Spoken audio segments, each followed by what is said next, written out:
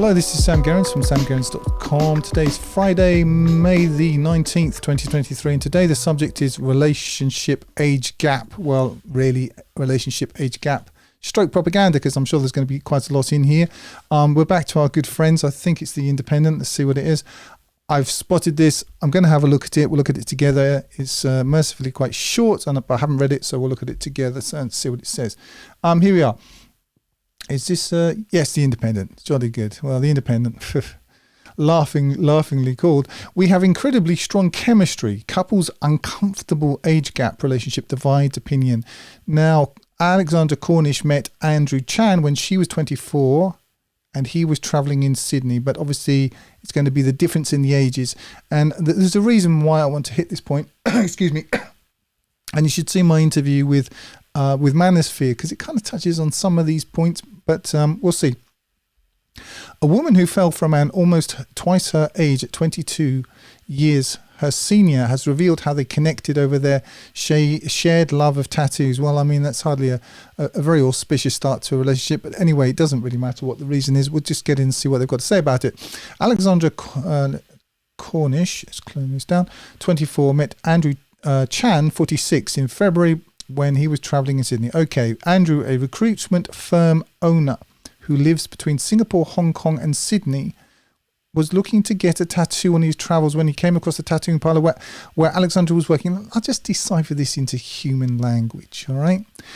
Alexandra was working in a tattoo parlour. Okay, I don't know an awful lot about tattoo parlours, but I don't think that they're really places where lots of money is made, especially by people who don't own it, who are just working there. Now let's just go over and see what Andrew's life was wrong. But yes, Andrew, a recruitment firm owner, so he's got a business, who lives between Singapore, Hong Kong and Sydney. I'll just translate this into normal language. Andrew's a successful man. He's got a business. He's got his life together. He's built up some resources, so he's got status. He's living between what cities are they again? Singapore, Hong Kong and Sydney. 3 major cities, so he's obviously hopping on planes all over the place to go between these cities. The man has got resources, okay? So he has value. Let's look at her qualifications. She is 24. Okay, so she's a young woman, she's 24. So she's got resources. She's got looks and she's got youth, all right? The 2 things that men generally are interested in when it comes to women. So he's got what she wants and she's got what he wants. I'm guessing that some of this is going to be about how there's some lack of equivalence here, but there isn't. There is absolute equivalence here. He originally wanted a Chinese artist because of the design. This background is just flannel, okay? This is just what we call in Russian pыл в глаза. It's just like dust in the eyes. We'll gloss over it. But wanted because of the design, but decided to go ahead with Alexandra, which proved to be a fated encounter. All right, this is just tosh. We had incredibly strong chemistry to the point where I actually tattooed him for longer than I needed so we could continue talking. Alexandra, okay, she liked him. Again, let's remember, so she could talk to him for longer. What do you think she was asking him about? Do you think if that conversation had been, so Andrew, what is it you do for a living? And he said to her, you know what?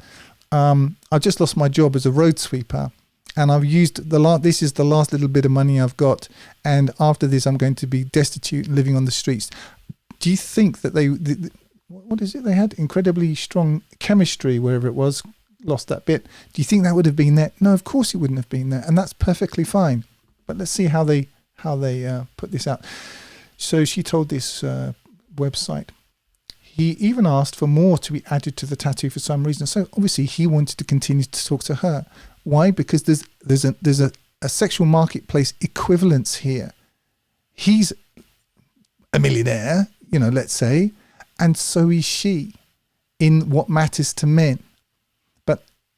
What I see in the way that relationships are portrayed in certainly in the West, it's not the same in Russia, it's very different here, but in the West, is that there is some kind of There is no equivalence. If a woman, a younger woman, decides to get with an older man, well, that's one thing. But if an older man decides to get with a younger woman, then he's somehow either intimidated by strong and independent women, which is just kind of code speak for which women use because they are no longer attractive and have lost the actual value that they had, and they're trying to shame men into not realizing that they're actually more valuable at the same age than they are, or some other kind of story that they've given you. But actually, my actual point here is that there is in terms of actual reality, Andrew and whatever her name was, Alexandra, they are equivalent. She's got no resources. Men don't care about that. They don't care about your education. They don't care about any of these things. We just don't. We don't care. Your mother might like it. Your friends might think it's great. You might like it. That's all great, but we don't care. This article has actually found a couple where there is equivalence. It doesn't have to be a 20-year age gap. But the fact is that here they are equivalent, and that's what I'm trying to get through. It was a very serendipitous, that one meeting by chance could lead to all of this. Okay, this is just a flannel backstory. This is the kind of, I think, girly stuff. I knew his age from a form he completed. Yeah, but I mean, she probably knew his age from the fact that, he looks a certain age. Excuse me, got to turn that off. But, clearly he's a mature man. I knew his age he completed when he got the tattoo, but because of how drawn I was to him, it didn't deter me. No, I'm sure. And there's nothing wrong with that. Men bring resources, women bring youth, fertility, looks. That's what they bring. Health. That's what they bring. That's their value. And so what they're having was basically, it's like a stock market. The market found its sort of level there, and that's why there was attraction. The couple, but it didn't deter me. That was an interesting point. Didn't deter me. Why should it deter you? He's got what you want. I mean, sure, if a 22-year-old man walked in there and had the same resources, he was also, flying on a weekly basis between Singapore, Sydney, and, wherever it is, and has his own recruitment company, I'm sure that they would have, find a match as well. But the fact is that 22-year-old men don't have those kind of resources, just like 42-year-old men or women don't have the resources that Alexandra's got. This is my point. The couple hit it off and soon went on their first date for lunch just a few days later, having, intense chemistry, blah, blah, blah. Now the couple are happier than ever and even film TikToks, blah, blah, where they have attracted hundreds of thousands of views thanks to the age difference. They're trying to make this out to be like it's some really weird thing. The country that I live in Russia, it's not a weird thing at all. And I'm going to give you my take on why. In Russia, we don't have the nanny state. And we don't have, there is government help, but it's very, very limited. So women's life choices here will affect you. I mean, certainly if you get divorced here, you do have to pay alimony or whatever it's called.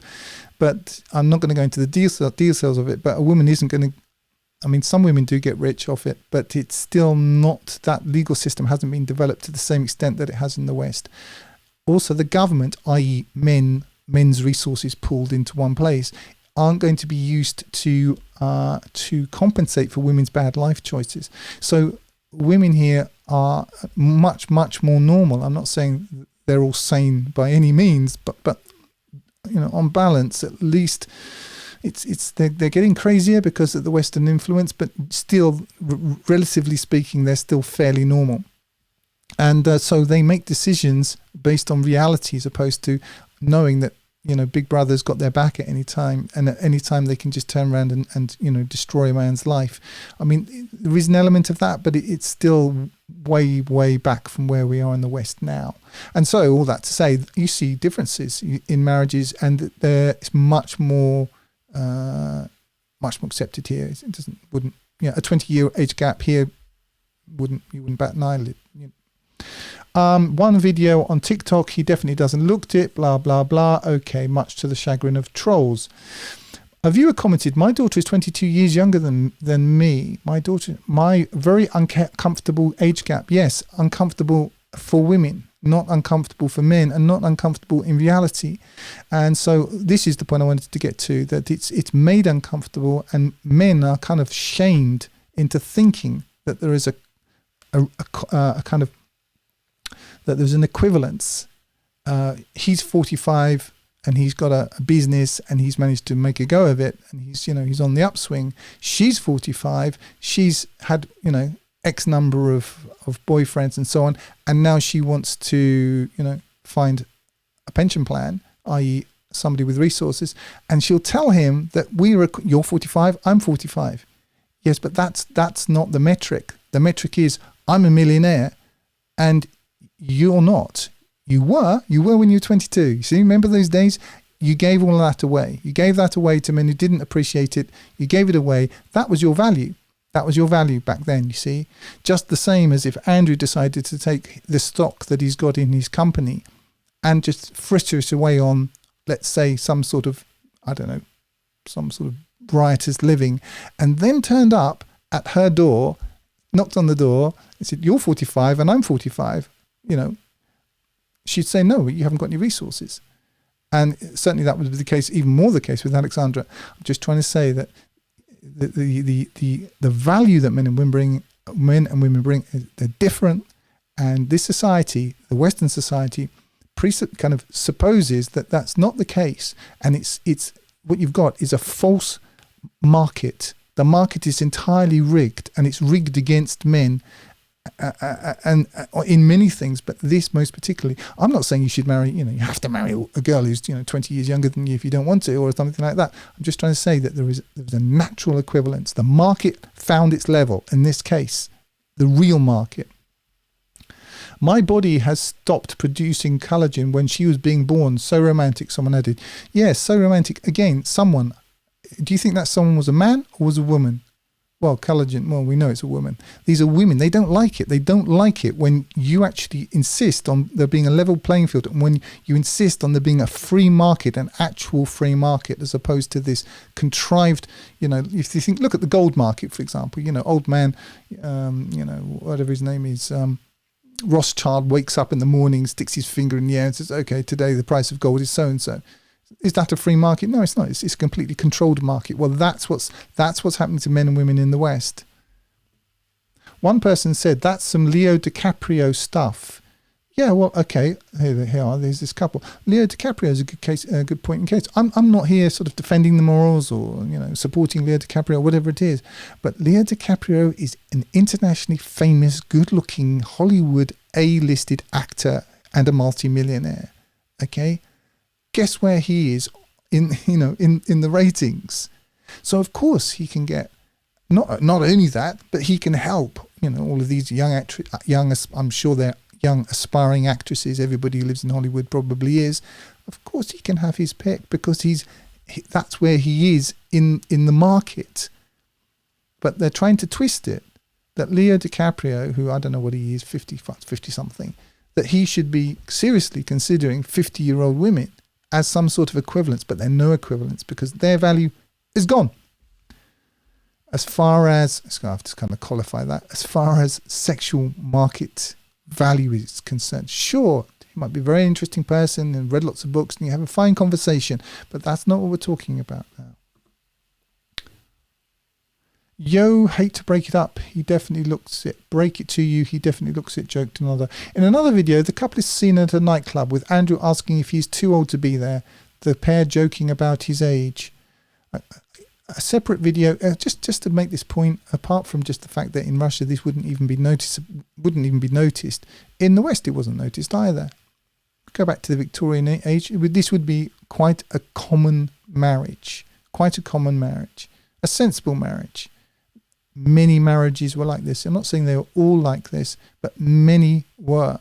And what I'm trying to kind of get across is that even this propaganda, what it's trying to do is kind of get you feeling like there's something sort of weird and dodgy and intrinsically unusual. I suppose it is unusual today, but it's not unusual in a natural market. It's just that the market has been so skewed that it seems to be unusual. A separate video shows the couple comparing their relationship to famous celebrities, also in age gap relationships, including George Clooney and Sarah Paulson.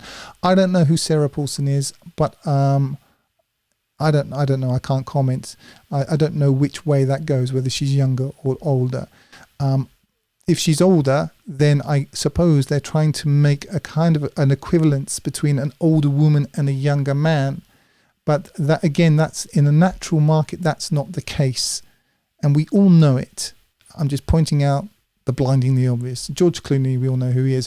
While the couple have attracted stares while they're out in public, they are determined not to let the age gap come between them. Alexandra said, if we hear a comment, it's from people that already know our age, as Andrew looks fairly young for his age, so people wouldn't assume the gap is as big as 22 years. If anything, we get more comments about our race than age. He's of sort of Chinese extraction. No one close to us would say anything because they see how happy we make each other. Me and Andrew's mum got along quite well. His parents also had a large age gap, so it wasn't so unusual. Yes, because Andrew comes from a more sane environment, a more traditional environment. Probably that's why. And we'll just skip over that bit. My parents knew about Andrew and his age from the beginning, and they were both completely fine with the relationship. They were just honestly happy I'd met someone, and it made me so happy when we were going well. Adding family, we're happy and blah, blah, blah. Okay, so there you are. I just want to make this point to wrap this up, that it's about value on the market. I'm sorry to use these terms. And the reason why I wanted to hit this point is because our society, Western society, has been so destroyed on this front. Men, what men actually want is completely elided from the conversation. What men actually want, men want is young, fertile, attractive, virtuous, I know this is an old word, but by virtuous we mean unpolluted, healthy wife. That's what we're looking for, okay? Now, what a woman is looking for is a man who can protect her and who can provide for her. That's what she's actually looking for. That's what, and women who say that's not true, I mean, maybe there are some exceptions, but that's what they're looking for. All this stuff about I can look after myself and blah, blah, blah. Just go on YouTube and watch a few Manosphere or some other, sort of MGTOW stuff. You'll soon see why that's not true. It's not true. You can point to exceptions, but generally it's not true. So, who's got the resources and who's got the looks and the health and the youth? That's a market match, and you don't have to follow it. But what you find in the West is that there is a policy, and it is a policy of shaming men who have got what they want, or even express a desire for what they actually want, and they're made to believe that they want something else. Just on a slightly different point, they did a very interesting experiment on men and the type of women that men find attractive. And if you ask most men, if you ask them like verbally, what kind of women do you find attractive? Mostly, especially in the West, for some reason, they'll say that they like blondes. Blondes are supposed to be so attractive. Please don't take this amiss if you're, blonde and very attractive. But the fact is that actually, statistically, blondes are not that attractive. Statistically, brunettes tend to be more attractive. I mean, there's more of them, but there are more attractive brunettes. I'm sure I'm going to get shot down for this, but there are. And that men tend to think that what they really like is very, very thin blondes. And that's what women think that men like. But they did experiments which actually measure the pupil as it dilates and so on. When you're attracted, you'll have a certain response. And they showed a series of, whole cohorts of women, and their actual response was far more positive, if you want to call it that, to brunettes, to attractive brunettes, who are even slightly plumper than you would normally think. I mean, just healthily so. Not plump, not fat, but not this, sort of concentration camp thin, which people think is attractive, but actually it really isn't. Anyway, after all that, I'm gonna leave that there. Don't let them spin up your minds and tell you that things are what they're not. And that's really the point of this. We all have a market value, whether it's in our work or on whatever metric it is. In this case, we're talking about a very important part of human existence, which is sexual attraction, and who the person that you're going to choose to form a marriage with. If you're still insane enough to try that, especially in the West, given all the other pressures upon you, be honest with yourself. Obviously, what Andrew and Alexander have chosen to do is not for everyone. But I wouldn't let, especially post-war women, browbeat you into agreeing to do something that you don't want to do, because if you get married, it's for the long haul, and it's the biggest investment you'll ever make. So choose carefully. So that's it. Details of where I upload to, how you can join my Substack and Telegram channel, support my work, and download my books free are in the description. Thanks for listening, and bye for now.